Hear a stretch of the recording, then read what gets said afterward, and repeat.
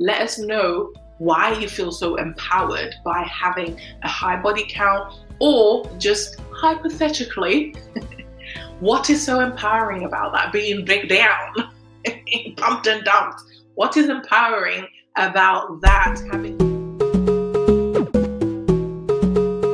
Hello Gen Zs, welcome back to another reaction video. It's got two of my lovely ladies, JustPearlyThings and Jedediah. I love the way their brains work, and I love hearing their thought processes on these conversations that we're continuing to have. So if you do enjoy this video, don't forget to hit the thumbs up and obviously hit the subscribe button as well. Gen Z, we are building a generation of marriageable women. So if that sounds like you, don't forget to hit that thumbs up button. We are building ourselves emotionally, mentally, and physically. People, please come and join the family. Let's just get right into it. Whales. Sorry, I mean beautiful, majestic creature. What about the women? The women who are triggered by you, who are those women? Whales. Sorry, I mean beautiful, majestic creatures that live in the sea. So people who struggle with obesity is where you're dead. But who else? Who else? I would say girls that are like very promiscuous get triggered when I talk about like body count. I would say that oh my gosh, feminists hate me. They look at me. Did you see that panel? They hated me. Yeah, they did hate and I'm like, I have been perfectly polite. You see when she called me pretty, I'm like, thank you. And she didn't even mean to. She was trying to insult me. Anyways, yeah, I would say feminists, girls that like are super into OnlyFans club, like that sort of thing, and whales. Number one is whales. Do you know why they hate you? Like, do you? Because my perception, like the way I feel about it is, I think my opinion on why they hate her is because it's hitting a nerve in them. They know what she's saying, there's some truth to it. And most of the time, if you hear something and it sounds like something you said to yourself or there's some truth in it, it triggers you because you're like, why are you pointing something in me that I know I need to do something about but don't know how to or don't want to? Therefore, I'm going to cry about it. There's that as well. that they hate you because you're saying stuff. There's truth to it. If there wasn't truth to what you were saying, they wouldn't hate you. They would just be like, oh, who cares? Yeah. There's truth to it. And also it makes them reflect on their own choices. So now if you're talking about how female promiscuity is not empowering and they've been promiscuous and they bought the story that was somehow empowering, they're listening to you and they're like, we got to shut her up. Yeah. See, and here's the thing. A lot of times we have this narrative like, oh, they bought the story when they're young. Da, da, da, da. I don't really believe that. I think deep down on an innate level, we all know. Because what's the first thing that girls call each other? When we're mad. You're a hoe. Why are you saying that if it's a good thing? Yeah. Now shame is free.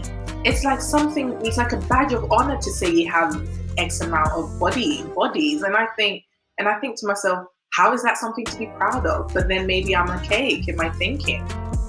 Maybe because I've been oppressed by the patriarchy. That's why I don't think that's female empowerment. You know? I feel like sometimes that's a cop-out that women use where they'll be like, oh, I bought into da-da-da-da-da. I'm like, did you? So you don't think that women bought the story? Then why did they do it if they didn't buy the story? They just wanted no consequences. And like, honestly, there really aren't a ton, like, even, I mean, you're a generation older, but I asked my mom, I'm like, do the hoes get married too? She said, yeah. So at the end of the day, there's really not a lot of consequences for any of it. See, I think they have to have bought the story to an extent because there's too many of them that aren't comfortable being promiscuous. Like, they'll do it, but they go home, they're miserable. They cry about it. They call their... Yeah, but they don't share that side though. They're not going to say that they're miserable. And I think that's why we have to have these conversations. And I think once or twice I've seen a couple of like TikToks where they're talking about being older and, you know, living a fast life when they were younger, but most of the time they don't really add the next level of advice and caution to the younger generation to say, hey, don't be like me. It's more of like, this is what I'm gonna do. But in a way, I think deep down they don't really care about the younger generation making those mistakes as well, because it's like, you live and you learn. Like, I'm miserable, maybe you might want to go for it as well. friends. They're mad that that guy, they're mad the guy didn't call them back. They're expecting that guy to behave like a boyfriend when it was really clearly just a hookup. So they're so upset about it that they're then trying to map out with their friend on the phone, like, why doesn't he like me? Because it's like they bought the story that somehow they were going to be promiscuous and it was going to feel good and they were going to get what they wanted or something beneficial for them out of that situation. And they don't. They're all miserable. I think like there's a hesitance to point out that a lot of women who followed feminist advice, they're just so unhappy. They don't reflect, like they're promiscuous but unhappy. They're on birth control, unhappy. They're climbing the corporate ladder, unhappy. Why no self-reflection in the process? Yeah, because they're going further and further away from the things that make you fulfilled as a woman innately. Being a mother, being a wife, having a companion. But society's telling them you can do bad all by yourself, you're strong, independent, and this, that, and the other. You don't need nobody, you don't have to have children, this, that, and the other. But the thing is, no one's really sitting down to ask themselves, is this message for me? So that's why I'm here. That's why I want us to have these conversations. I want you to sit down in your singleness and ask yourself, what do I want? Even if that means I'm gonna go on the narrow path and not follow the crowd, because then whatever happens in life, you don't have any regrets because you stayed on course, and anything that comes out of it, you can take accountability for it and full responsibility for those outcomes, because it wasn't, oh, I didn't do this because of this, or I did this because of this move. You know what I'm saying? What do you think? I just kind of have a different view on it. What's your take? I just think they liked the party life. I just think it was fun. Yeah. You know what I mean? Like, okay, maybe how many girls do you really know that are really climbing the corporate ladder? I mean, you think you lived in New York, right? I did, yeah. Maybe you knew more of them, but I'm like, most girls I know just have average jobs. And most girls in general have average jobs. They're not climbing anything.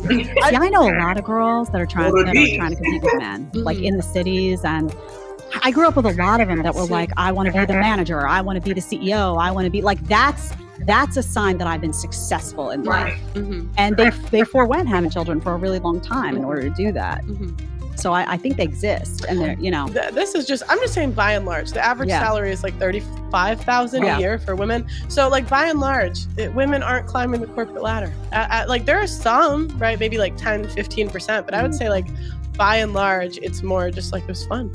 So they just want to have fun. Yeah, so you believe that modern women are deriving enjoyment from that pro-promiscuity structure. Yeah, I think they are. I think they're enjoying the freedom and all of that comes with it in that stage of their lives, not understanding that they will pay for it at a different stage in their lives if they don't sit back and fully reflect, because everything you do has a consequence. Everything in this life, good or bad, it will have a consequence. So I think somebody somewhere hasn't taught these children something and they've grown up thinking I can do all or whatever I want to do and I'm not going to have to face anything.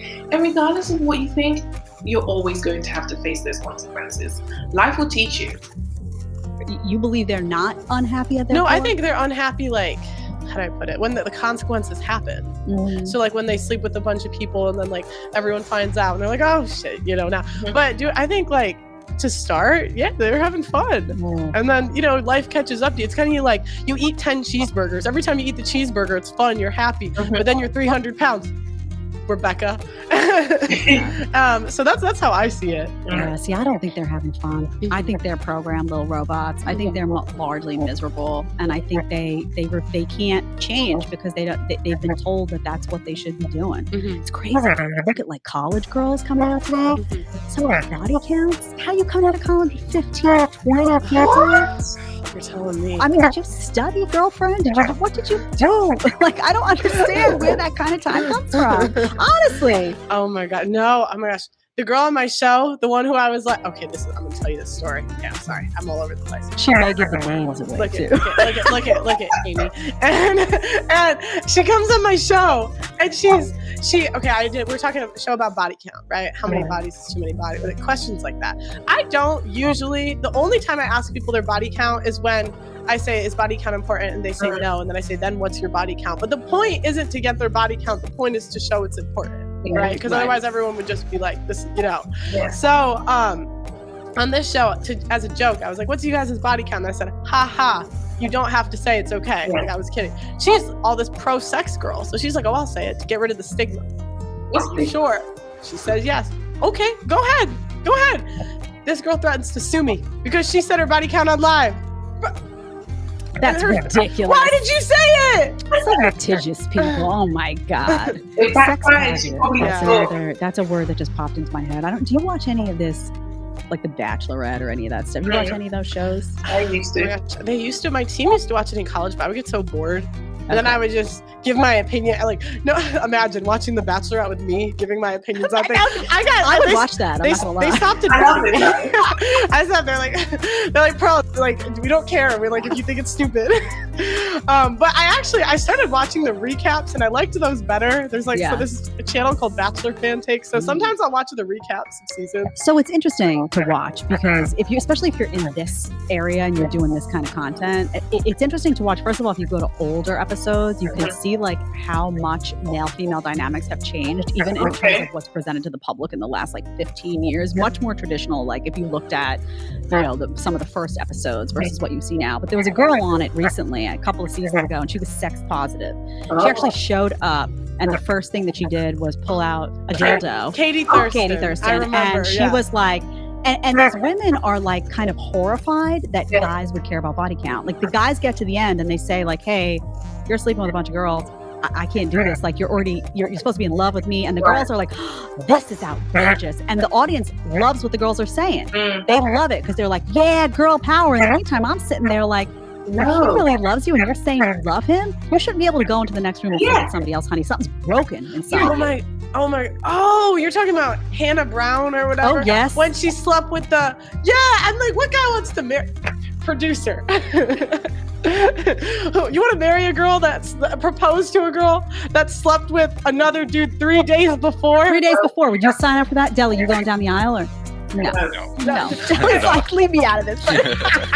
But seriously, I don't understand what's so broken. See, what bothers me is I feel like there's something broken in women because, and I keep going back to like, it's not natural for us to behave this way. I don't feel like it's definitely something broken, you know, maybe in their childhood, but it's up to said woman to sit down and say, what is good for me? Why do I do the things that I do? You know, is like, what outcomes is it, you know, producing in my life? What do I want out of my life? These are the questions that we need to be asking ourselves, because at the end of the day, we are the main characters in our own lives. If we don't take charge of it, nobody else will. And I know that going down this journey, it can be very dark. That's why therapy is so important.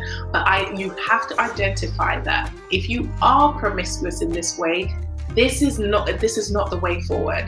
There is something wrong somewhere. You might not see anything wrong with it, but if and when you're by yourself with your thoughts, you know damn well that you're trying to cover something, you're trying to fill a void.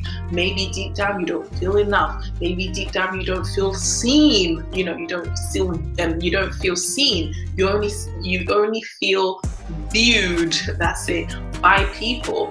And the only way to get any type of attachment to someone, or attention or acknowledgement, or feel seen by someone, is through intercourse. And that can't be a long-term solution for that void that you're feeling. You have to seek some healing. That is 100% all on you. Obviously, we have this space here where we're having these conversations where you have to come to that realization yourself. But once you do, obviously supportive people can be around you, but the first step needs to come from you.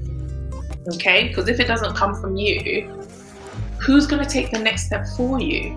You know, we might want it more than you, but you have to want it more for yourself as well. Natural for women to behave this way, and like, what is broken that you can't even understand now that a guy cares that 3 days ago you were sleeping with someone else and now you're in his bed? That's nasty. Yeah. I do feel like hypergamy is natural. Like women like monkey branching and dating up. I went to an art museum and there was paintings of girls being hypergamous.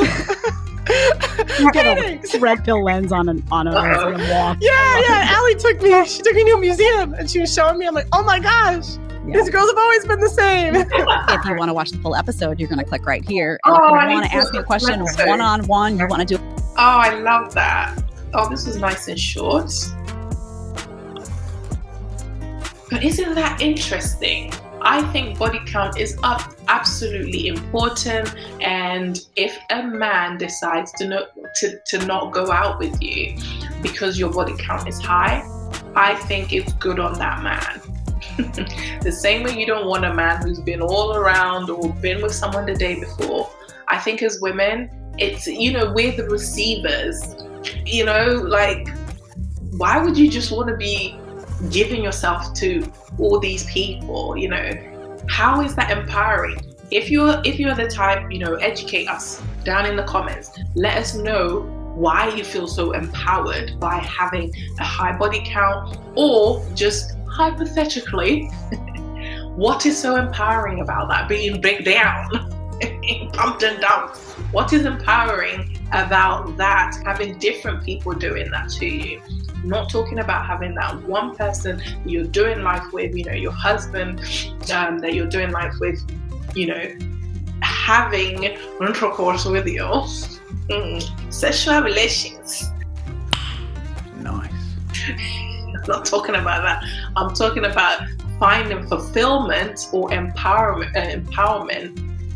within the act of being promiscuous. I want to learn. Let me know your thoughts down below. But yeah, if you've enjoyed this video, please don't forget to hit the like button and hit the subscribe button as well. Come join the family. And until next time, take care and God bless. Bye-bye.